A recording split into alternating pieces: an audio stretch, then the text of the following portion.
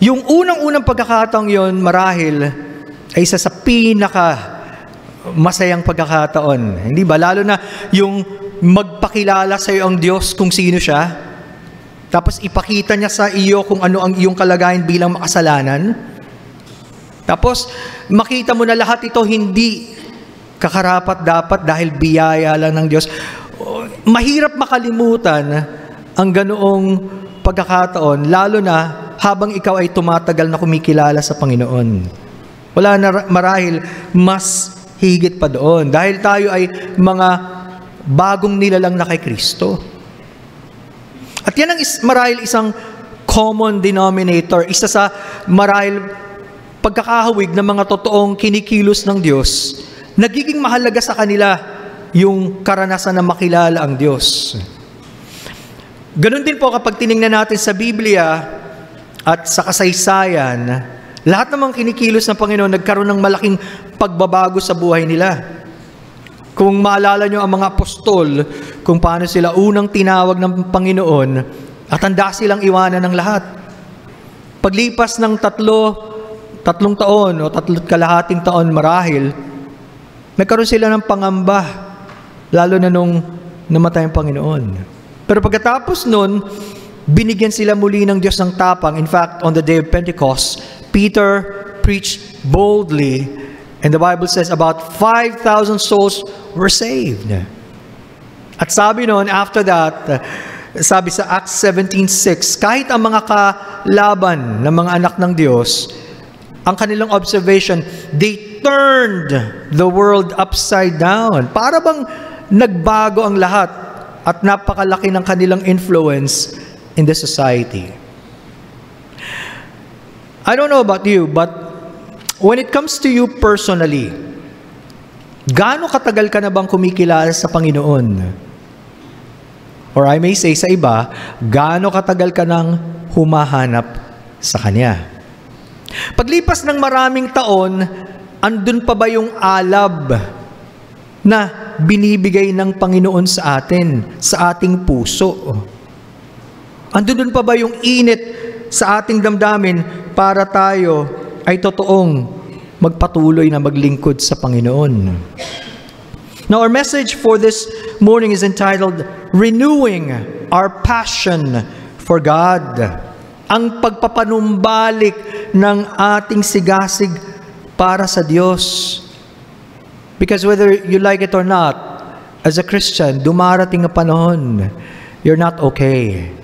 May mga panahon, you feel bogged down, you feel depressed, demoralized, but what do you do during that situation? May the Lord be pleased to deal with us as we go to our passage later in Luke chapter 24. But let us pray. Maraming salamat aming Panginoong Diyos sapagkat pwede kaming lumapit sa inyo. Salamat po sapagkat hindi kayo nagpapabaya sa inyong mga anak. Salamat sapagkat mas kilala nyo kami higit sa aming pagkakilala sa aming sarili. And so, we offer ourselves to you. Sa mga mahalagang panahon ito na pag-aaral ng inyong mga salita, tulungan nyo po kami, Panginoon, para sa inyo tumingin, para sa inyo umasa, sa lahat ng bagay, para makita namin, Panginoon, na may mas mahalaga kayong plano para sa amin. Sa mga kaibigan namin na wala pang totoong pagkakilala sa inyo, how we pray for them. Bigyan niyo po sila ng totoong kabigatan sa kanilang puso at makita nila ang kanilang buhay ay tanging sa inyo lamang nakasalalay, Panginoon, and they need you. O Lord God, guide us and bless us in our short study, for in the Lord Jesus' name this we pray. Amen. Now, ang Luke 24 ay tinatawag na the resurrection chapter. Luke 24, ito po yung pagkakataon na nalaman na ng mga apostol ng Panginoong Jesucristo na wala na siya sa kanyang libingan. At dali-dali sa kanilang pagmamadali, ipinagsabi nila sa iba. Now, yung pupuntahan nating passages ay patungkol sa dalawang alagad. Hindi sila kasama sa original 12, these apostles, pero mga tagasunod ng Panginoon. Pero iba ang naganap sa kanila. So, yung mga susunod na talata pag-aaralan natin can simply be divided into two. First of all, passion lost and passion regained. Pwede rin nating sabihin, the cause of discouragement and the cure for discouragement.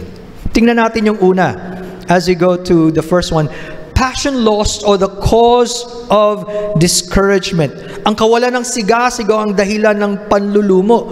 And you'll find that sa ating passage in Luke 24 and in verses 13 to 25. Now, binabanggit sa verse number 13 na itong dalawang alagad na ito ay patungo sa lugar na tinatawag na Emmaus. Now, Emmaus is about 7 to 8 miles from Jerusalem. Nung tinitingnan ko nga yung distansya, marahil daw yung 7 miles would be mula Baliwag hanggang Pandi. So imagine nyo. So 7 miles is about 12 kilometers. Habang naglalakbay sila, nag-uusap yung dalawang to at isa sa kanila pinangalanan by the name of Cleopas sa verse number 18. Nababasahin ko mula sa verse number 14 sa Filipino Standard Version. At pinag-uusapan nila ang tungkol sa lahat ng mga bagay na ito na nangyari. Maraming naganap sa mga panahong yun, pero wala nang masahalaga pa yung kamatayan ng Panginoong Jesucristo sa krus 3 days ago at yung kapapangyari pa lang. In fact, this was the Resurrection Sunday, ang araw na nabuhay ang Panginoon. Pero para sa kanila, hindi nagkaroon ng epekto iyon. Sabi sa 15, habang sila ay nag-uusap at nagpapaliwanagan, mismong si Jesus ay lumapit at nakisabay sa kanila. Isipin niyo yun. Dalawa lang silang nagsimula hanggang eto na ang Panginoong Jesucristo sumama sa kanila. Di ba napakagandang bagay nun? Kung merong isang gusto mong makasama, hindi ba dapat ang Panginoon yun? Pero may problema. Ano yung problema? Sabi sa verse number 16, subalit tila tinakpan ang kanilang mga mata upang siya ay hindi nila makilala. Parang nagkaroon ng tabing. Hindi nila siya nakilala. Katabi nila ang Panginoon. May nagbigay na marahil, may dalawang dahilan daw posible, ba't hindi ganun nila kadaling na kilala ang Panginoon? Una, nagbago ng anyo ang Panginoon dahil siya'y nabuhay na muli. Pangalawa, hindi nila inaasahan na makikita siya. Bakit? Kasi hindi sila naniniwala na nabuhay siya muli.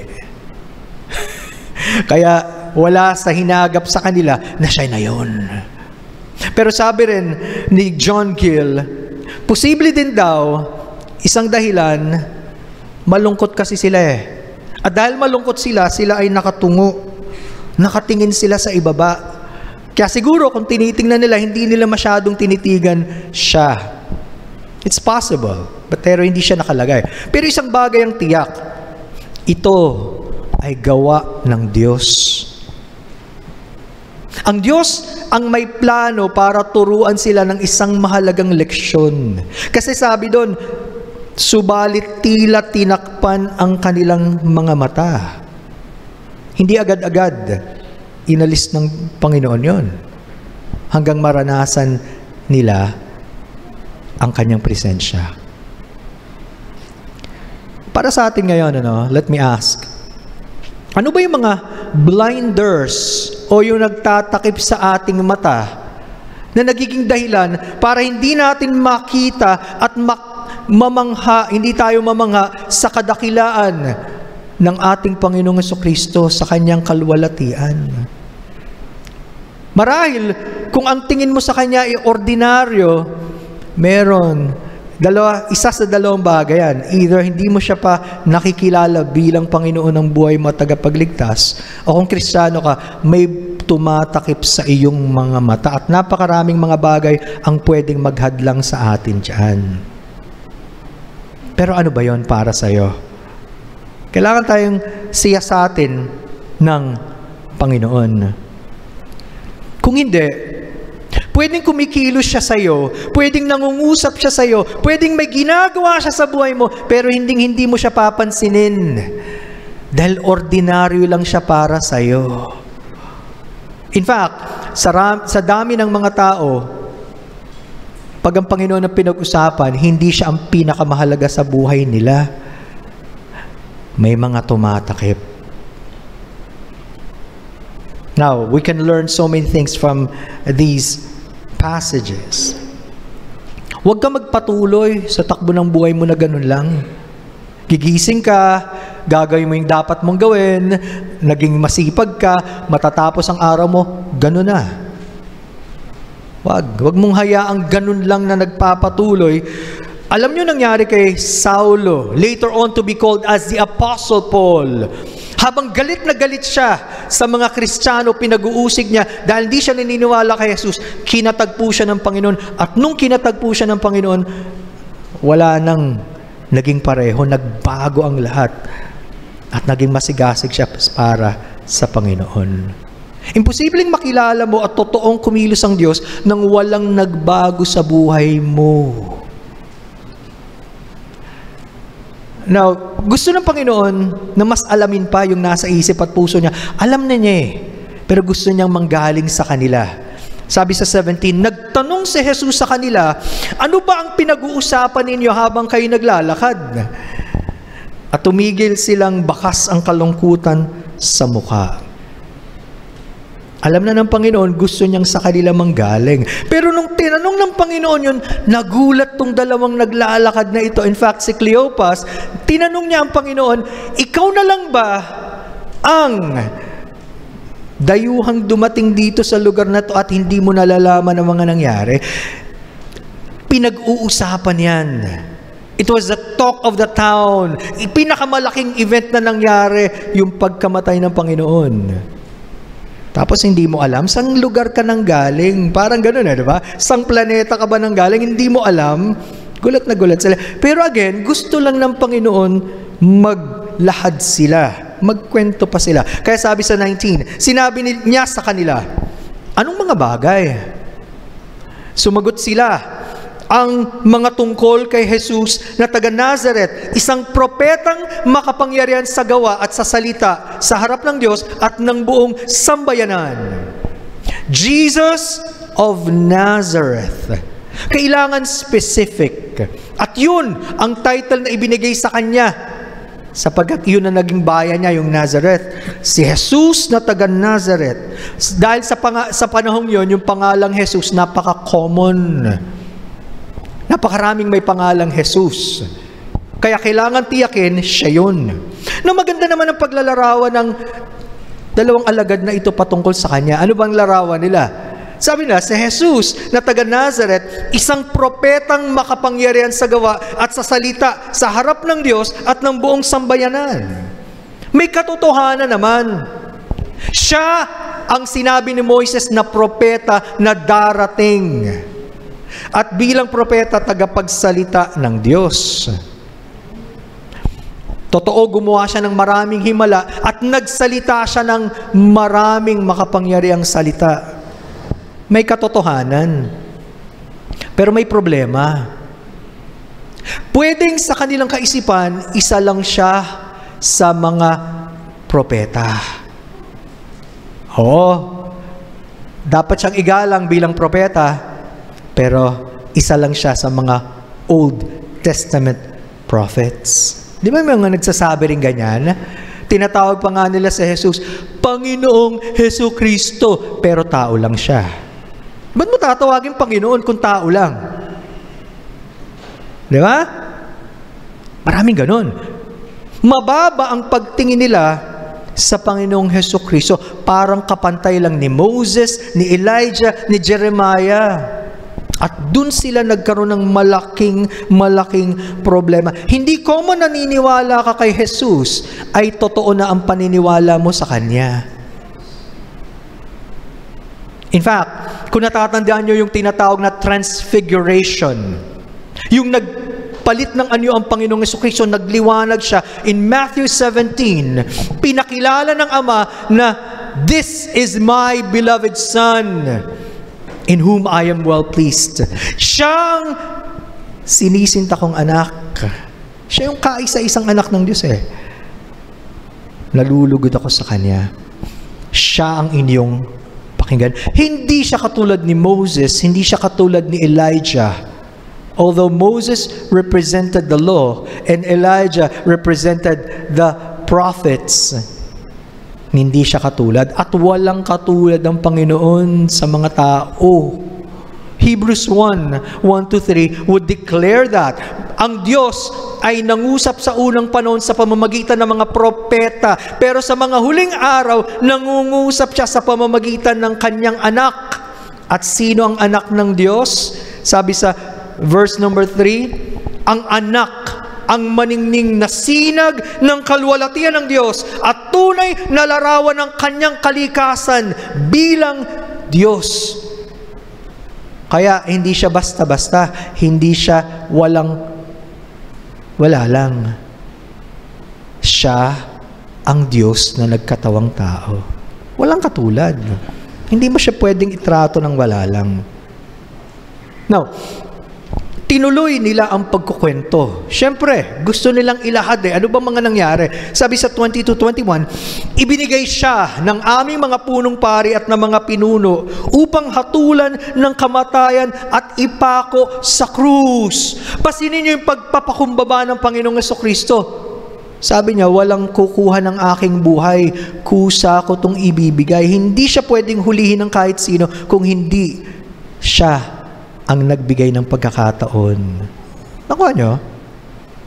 Naghanap lahat yon dahil sa plano ng Diyos. Ito problema.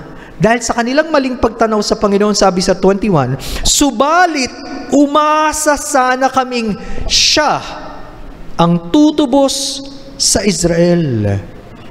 Nakuha nyo yung mga salitang yon? Subalit, kabaliktaran, umasa sana kami. Ibig sabihin, nawala yung pag-asa nila, tapos na eh. Andun pa naman yung paglalagak namin. Akala namin siya na. Iba kasi ang konsepto ng mga Hudyo sa Mesiyas. Ang kanilang pagkakilala, siya ay haring darating at gagapiin niya ang mga Romano. Hindi nila akalain na ang Mesiyas na ito ay kailangang mamatay. Nawalan sila ng pag-asa. Sana. Para bang sayang. Akala ko pa naman. At sabi nila, ngayon na yung ikatlong araw ng kanyang kamatayan.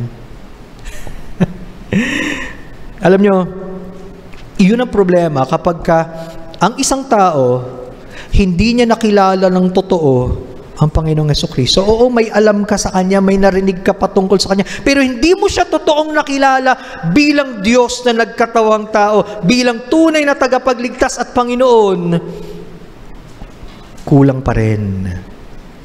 And no wonder, pag pinag-uusapan ng commitment, hindi siya mahalaga sa buhay ng marami. Oo, kilala ko siya, pero hindi naman siya yung pinakamahalaga sa buhay ko. Kulang ang pagkakilala. At nakakapagtaka yung susunod na sasabihin nila. Ano pa? Sabi sa 22, binigla pa kami ng ilan sa mga babaeng kasamahan namin. Maagang-maaga pa lang, nagpunta sila sa libingan, ngunit hindi nila natagpuan doon ang kanyang bangkay, kaya bumalik sila at sinabi sa amin na nagkaroon sila ng isang pangitain na mga anghel na nagsasabing, buhay si Jesus. Pumunta sa libingan ng ilan sa amin at natagpuan nga nilang gaya ng sinabi ng mga babae, ngunit siya ay hindi nila nakita. Nakuha niyo ba yon? Ang dalawang alagad na ito, bagamat hindi sila kasama sa 11 natitirang alagad noon ng mga apostol, malapit sila sa Panginoon. Alam nila yung nangyari, na balitaan nila. Hindi sila kulang sa impormasyon. Detalyado nilang sinabi yung nangyari nung umagang yon, kung paano una yung mga babae nakasaksing wala na siya, Tapos sumunod yung mga kalalakihan at pinagsabi nila, napatunayan nga nila, wala na nga siya sa libingan. Hindi sila kulang sa kaalaman. Ang problema, alam nila yung facts, hindi pa rin sila naniwala. Gaano karami sa atin, marami nang alam. Tagal-tagal mo nang nakikinig sa Bible, ang dami mo nang nabasa, dami mo nang napakinggang mensahe, ano ang impact sa buhay mo? Dumating ba siya talaga sa buhay mo? Sa isang makapangyarang paraan? O wala lang? Nato lang sa'yo makinig, lumabas, at pareho pa rin. You can have all the facts and the knowledge in the world. Pagdating sa Diyos, pagdating sa Biblia, kabisaduhin mo na ang salita ng Diyos. Pero hanggat hindi ka sumasampalataya na si Kristo ang Diyos, ang tagapagligtas, wala nang iba, at kailangan mo siya sa buhay mo bilang makasalanan, baka wala ka pa ring kaligtasan. Kaya pala walang pagbabago sa buhay. Di ba yan mismo ang purpose? Kaya binibigyan tayo ng Panginoon ng ganitong mga talata para makilala natin siya ng malalim. Hindi lang yung mababaw. Hindi ka makukontento kung totoong kinatagbo ka ng Diyos na mababaw ang pagtanaw mo sa Kanya o kakaunti lang. Gusto mo pa na makilala siya. Just like the song, "Oh, I want to know you more." Lord, naranasan ko na gusto ko pa more.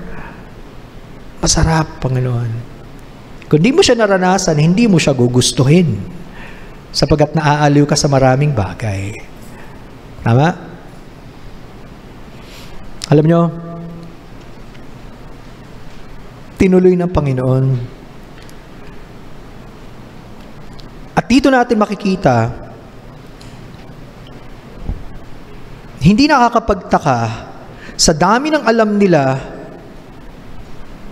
mangmang pa rin. Alam niyo yung kasabiang intelligent fools? Matatalinong mangmang. Maraming ganyan. Daming alam pagdating sa facts na nangyayari sa mundo, nangyayari araw-araw. Hindi mo matatalo pagdating sa debate. Pero pagdating sa Diyos, wala. Napakalayo. Hindi nakakapagtaka, sabi ng Panginoon sa kanila in verse number 25. Sinabi niya sa kanila, "Mga hangal, kay bagal naman ang inyong pangunawa at hindi pinaniwalaan ang lahat ng sinabi ng mga propeta." Hundreds of years and even thousands of years, isinulat na sa lumang tipan ang pagdating niya. Wala na silang dahilan para hindi ito malaman. Tayo, we have both Old and New Testaments. Wala nang dahilan para hindi natin siya makilala. And yet, kasama ba tayo doon? Pag totoong tiningnan tayo, tatawagin din tayo ng Panginoong hangal. Napakabagal ng iyong pananampalataya. Bakit? Andiyan na sa iyong harapan eh. Ibinigay na ng Diyos ang kanyang anak. Pinapaliwanag na niya sa iyo. Ano pa bang hinihintay mo? Hindi ka pa rin naniniwala sa Kanya? At sinasabi mo pa rin, hindi ka maligtas. Bakit? Binigay na niya ang lahat. Tapos ayaw mo pa rin lumapit at isuko ang iyong buhay. Mga kapatid, tayo talaga ang may problema kadalasan. Hindi kulang ang Diyos. Tayo ang kulang. Ayaw pa rin natin magtiwala. Nakita natin first, the passion was lost. Nawala yung sigasig. Pero hindi sila iiwanan ng Panginoon. The second part would be passion regained or the cure for discouragement. Ang pagbabalik ng sigasig o lunas sa panglulumo from verses 26 to 35. Paano sinimulan ng Panginoon na papanumbalikan sila? Tingnan niyo verse 26. Nagpatuloy ang Panginoong Jesucristo, Hindi ba't ang Kristo ay kailangang magdusa ng lahat ng mga ito bago siya pumasok sa kanyang kalwalhatian? It was a form of rebuke, pagsaway. Alam nyo nang nakasulat, hindi ba tamang daanan niya lahat yan? Tapos di pa kayo naniniwala? Ayon sa napakatalinong plano ng Diyos, siya ang nagtakda bago pa man malikha ang mundo na ipapadala niya ang kanyang anak para sa mga makasalanang tao. At sabi sa Biblia, sa takdang panahon, pinadala niya ang kanyang anak. Kasama sa napakagandang plano ng Diyos. Mahirap tanggapin na ang Mesiyas kailangang mamatay, pero kailangan niyang gawin. Part of God's ultimate plan. Yung kasabihan nga, di ba? No cross or no crown without the cross. Walang kalwalatian kung hindi mauuna yung krus o pagsasakripisyo. Kailangan muna niya magdanas ng hirap bago siya muli iluklok sa kalwalhatian ng kanyang ama. But you know, in all of these, napaka mahaba ang pasensya ng Panginoon. Yes, He rebuked them. At alam nyo, time and time again, kailangan din tayong i-rebuke ng Panginoon. Tanggapin natin kung ang banal na spirito nangungusap at tinuturuan niya tayo na may mga bagay na kailangan nating isuko sa Diyos. Magpasalamat tayo. Huwag tayong parang yung bata na madaling magtampo, hindi lang na bigay yung gusto, aalis na. Salamat Panginoon, kailangan ko ang paalala nyo. Naging mapasensya ang Panginoon. At nagpatuloy siya, sabi sa 27, ipiniliwanag niya sa kanila ang sinasabi ng lahat ng kasulatan tungkol sa Kanya, mula kay Moises at sa lahat ng mga propeta. Paalala sa atin, ano ba ang dahilan bakit may Biblia? Para saan ang salita ng Diyos? Masarap matuto. Masarap na alam mo ang mga nangyari sa Bible. Pero kung yung mga alam mong yan, hindi maglalapit sa Diyos, sayang. Nakakapakinig ka nga, pero wala namang epekto sa buhay mo at walang pababago nangyayari, sayang. Para ka lang nag-aksaya ng panahon. Gaano karaming tao ganyan? Hindi ba yan mismo ang dahilan ba tayo binigyan ng salita ng Diyos according to John 20:31? Anong sabi doon? Subalit ang mga ito ay isinulat upang kayo ay sumampalataya na si Jesus ang Kristo, ang anak ng Diyos, at sa inyong pagsampalataya kayo ay magkaroon ng buhay sa pamamagitan ng kanyang pangalan. Again, it does not work na nakikinig ka, hindi ka naman sumasampalataya. At ang dahilan ba't ipinapakilala ang Panginoong Jesucristo? Sapagkat kailangan mo siyang makilala bilang Panginoon at tagapagligtas. At kapag sumampalataya ka, dun ka magkakaroon ng buhay na walang hanggan. Mahirap bang unawain iyon? Kailangan mo si Kristo. Marami sa atin, marahil, kung di nyo pa naranasan ang kapanganakang muli, naghahanap kayo, paano ko maliligtas? Kailangan mo si Kristo. At siya ang laman ng salita ng Diyos mula Genesis hanggang Revelation. Siya pa rin ang sentro. At tayo pa rin sa mga matagal ng Kristiyano, siya pa rin ang kailangan natin sa araw-araw. Siya ang tinapay ng buhay. Siya ang tubig ng buhay. Sabi niya, kung wala ako, lalong wala kayo magagawa. Kailangan mo ba siya? At nananabi ka ba sa Kanya? At dumadating ka ba sa panahon na iiyak ka kapag, Panginoon, ang layo-layo na ng puso ko. Wala na akong panahon sa inyo. Dumarating ba kayo sa ganon? O nag-aapuhak ka lang kapag ikaw may pangangailangan sa pera, nagkasakit, diba? May problemang malaki. Lord, tulungan niyo po ako. Hindi masamang tumawag sa Diyos. Pero nararamdaman mo ba ang malaking pangangailangan mo sa Kanya ngayon at araw-araw ng iyong buhay? Yun ang dahilan kaya siya ipinakilala at patuloy ipinapakilala sa atin ng banal na Espiritu. Kung hindi mo siya ganun kakilala bilang tagapagligtas, lumapit ka sa Kanya. Yun ang paanyaya niya eh. Huwag ka nang manatiling ganyan lang. Tuloy lang. Lumapit ka sa Kanya. At lahat ng lumalapit, hindi niya tinataboy. Dumating ang dalawang alagad na ito sa kanilang destinasyon sa Emmaus. At pagdating nila, parang ang Panginoong Jesucristo tuloy-tuloy lang sa paglalakad.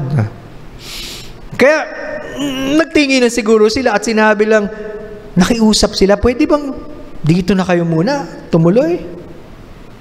Kasi paggabi na eh. At ang mabuting bagay, pinagbigyan sila ng Panginoong Hesus. Nanatili siya sa kanila ng ilang panahon. At alam nyo, wala nang pinakamainam kapag ang Panginoong Jesucristo mismo ang kumatagpo sa atin. Wala nang mas mainam pa doon. Sabi ko, di ba? Kahit pa sinong hinahangaan mo dyan. Yung iba tumitili pa pag nakita yung paborito nila, ano? Okay, nakita mo, and then what? Nagpapirma ka, and then what? Nagpa-photo, di ba? Nag-selfie kayo, and then what? Ano na? Pwedeng makita mo sila, pwedeng hindi, but it does not make any difference sa buhay mo, lalo na sa yung walang hanggan. Pero yung hindi mo makilala at hindi ka katagpuin ng Panginoong Jesucristo, napakalaking kawalan sa atin. Kinatagpo sila ng Panginoon. Nakiusap sila. Sabi sa 30, at nang nakaupo siya sa hapag kasalo nila, kumuha siya ng tinapay at ito'y binasbasan, pinagputol-putol niya ito at ibinigay sa kanila. Ano ginawa ng Panginoon? Inulit niya yung tagpo sa Last Supper. Yung huling hapunan niya kasama ang mga alagad. Tandaan niyo, wala sila dun. Because yung 11 lang ang ando doon. Pero alam nila at narinig nila ang nangyari. At yun ang ginamit ng Panginoon para sila ay makaunawa. Sabi sa 31, nabuksan ang kanilang mga mata. Biglang nawala yung tabing. Tandaan nyo, hindi sila bulag. Physically nakakakita pero may tabing. Biglang nawala. At sabi doon, at nakilala nila si Jesus. Ito rin yung kailangan natin, mga kaibigan, mga kapatid. Kapag dumadating tayo sa panahon na hindi na mataas ang pagtingin natin sa Diyos at wala na siyang halaga sa atin, ipanalangin natin, Panginoon, tulungan niyo po ako. Buksan niyo aking mga mata muli. At ginawa ng Panginoon, yun lang ang paraan para lalo natin siyang makilala ng higit. Pero alam niyo, hindi magtatagal ang Panginoon sa kanila. Tapos na ang kanyang mission para sa kanila. Ang sabi doon, ngunit bigla na lang siyang naglaho sa kanilang paningin. Yun na yung panahon na nakinatagpo sila ng Panginoon. Mga kapatid, mga kaibigan, samantalahin natin yung bawat pagkakataong kinakatagpo tayo ng Diyos. Bakit? Sapagat sigurado, meron siyang gagawin sa buhay natin. Meron siyang ituturo. May ipapamala siya. Pag yun pa ang na-miss mo, kawawa tayo. Pagpalit mo na ang ibang bagay, wag lang ang Panginoon. Salamat. Kinatagpo sila ng Panginoon. Tapos na ang kanyang mission para sa kanila. Now, hindi na natin nakikita ang Panginoon physically. Diba? Hindi natin siya nakikita sa kanyang katawan ngayon. Physically. Pero nakikita natin siya sa pananampalataya. Every time you read the scriptures, every time nakikinig ka ng salita ng Diyos, every time nananalangin ka, alam mo, sinasamahan ka niya.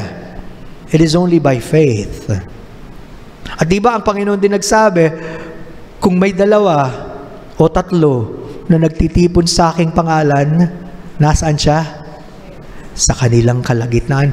Kaya alam natin, kasama natin ang Panginoon. Gusto niyo bang mamiss yun? No. If you believe God and His Word, gusto mong katagpuin ka niya. Hindi lang ang iba, ako mismo, Panginoon. Don't just meet us, Lord, as a group. Yes, ginagawa ng Diyos niya. Sabi nga niya, 2-3 sa gitna. Pero, Lord, meet me personally. Ako mismo, Panginoon, kailangan ko kayo. Kailangan ko ang inyong mga salita. Kailangan kong mangusap kayo sa akin. Kailangan kong panumbalikan yung aking isip sa dami ng mga iniisip ko buong linggo. Tulungan niyo yung puso ko, Panginoon, na malamig. Iba-ibang kalagayan natin, mga kaibigan, mga kapatid. But we all need nakatagpuin tayo ng Panginoon. We need our Lord Jesus Christ. Pagkatapos nun, nag-usap ulit ang dalawa, sabi nila sa 32, at sinabi nila sa isa't isa, hindi ba nag-aalab ang ating mga puso habang kinakausap niya tayo sa daan, habang ipinapaliwanag niya sa atin ang mga kasulatan? Naramdaman nila uli yung init at apoy sa kanilang puso. Nawala eh. Sobrang lugmok nila, nawala na ng pag-asa. Anong ginawa ng Panginoon? To recap, sinamahan sila ng Panginoon. Kinausap sila ng Panginoon at ipinaliwanag niya ang mga kasulatan. Ganon din ang kailangan natin. Anumang stage sa buhay natin, kailangang katagpuin tayo ng Diyos at siya mismo magpaliwanag sa atin ng kanya mga salita. You know what? Napaka-miserable natin. Kung up to this time, nakinig kayo for 30, 40 minutes, pero ang pinapakinggan nyo yung taong nagsasalita. Napaka-miserable mo naman. Anong napakinggan mo? Di yung tao. Hindi mo man lang ba pinalangin, Panginoon, kausapin niyo ako ngayon. At kayong kumilos sa buhay ko. No wonder, marami sa atin are in a very miserable condition. Aminin naman natin o hindi. Pero kung araw-araw hinahanap natin siya at sanay tayo na kinakatagpo ng Panginoon, yun din ang gusto natin. Kung ito ay personal, kung ito ay corporate, o bilang isang iglesia, yun pa rin ang gusto natin, Panginoon. Huwag niyong pabayaan na ganito na lang ako. Katagpuin niyo po ako, Panginoon. Pinanumbalik ng Panginoon ang kanilang pagtingin sa Kanya, namulat ang kanilang mga mata, at naniwala sila. Alam niyo, napaka-excited nila pagkatapos nito eh. Sabi doon sa 33, ng oras ding yon, bumalik sila sa Jerusalem. Natagpuan nila na nagtitipon doon ang 11 at ang iba pa nilang kasamahan. Sabi nila, totoo ngang nabuhay muli ang Panginoon at nagpakita kay Simon. Kaya't isinalaysay nila ang nangyari sa daan at kung paano nila nakilala si Jesus nang siya'y magputol-putol ng tinapay. Now, in one sense, maganda ang nangyari sa kanila. Bagamat sinabi ng mga apostol at sinabi yung karanasang wala na siya sa libingan, ang problema, hindi sila naniwala. Pero no, ang Panginoon na ang kumilos, naniwala sila. Alam niyo, gaano man kalalim yung ating pagdududa sa Diyos, gaano man kalaki yan, na kahit nasa harap mo na ang Biblia, hindi mo pa rin mapanghawakan yung pangako niya. Kahit na sinasabi na, ipinapangaral na, wala lang, dumadaan lang sa'yo. Gaano man kalaki o kalalim yung kawalan mo ng pagtitiwala, kapag totoong kinatagpo ka ng Diyos. At yun ang panalangin mo, Lord, katagpuin niyo po ako, mawawala yung ganung pagdududa. Mapapalitan ng totoong pananampalataya. Naging masaya ulit sila. At ito yung pagkakataon na marahil lumalim yung pagkakilala nila sa Kanya. Alam nyo, bawat isa sa atin, kinakatagpo ng Diyos sa isang personal na paraan. Totoo yan. Kung naniniwala kayo na ang Diyos ang lumikha sa atin at may plano siya sa buhay natin, kilala ka niya. At may plano siya para sa iyo. At gusto niya na makilala mo ang Panginoong Jesucristo bilang tagapagligtas at Panginoon. Ang tanong, dahil ang Panginoon ay buhay, yun ang pinakamahalagang tanong siya ba ay nabubuhay sa iyo?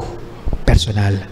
Alam mo lang ba na nabuhay siya o totoo mo siyang nararanasan bilang buhay na hari, bilang buhay na tagapagligtas? Talaga bang andyan siya? At ang kapangyarihan ng Espiritu ng Diyos ang nararanasan mo. Kung totoong buhay ang Panginoon sa atin, lalo na sa mga totoong kumikilala sa Kanya, siya rin ang magpapanumbalik nung init at nung apoy sa puso natin kapag oras na nawala.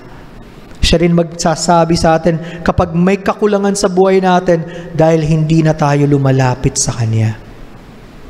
At kung panalangin mo, iligtas ka niya ngayon.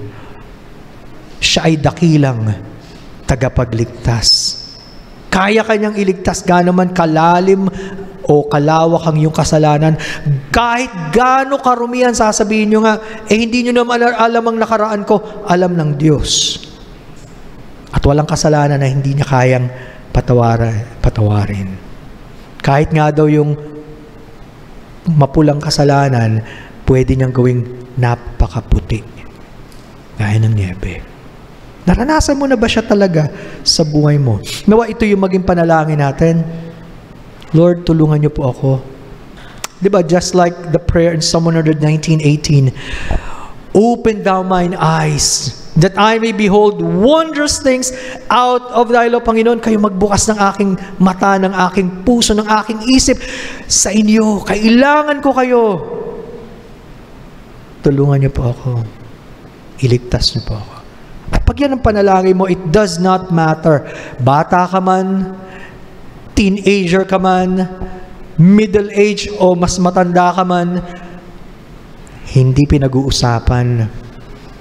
Kakatagpuin ka ng Diyos kung yan ang panalangin ng iyong puso. Let's pray. Salamat aming Diyos sapagkat hindi pa kayo tapos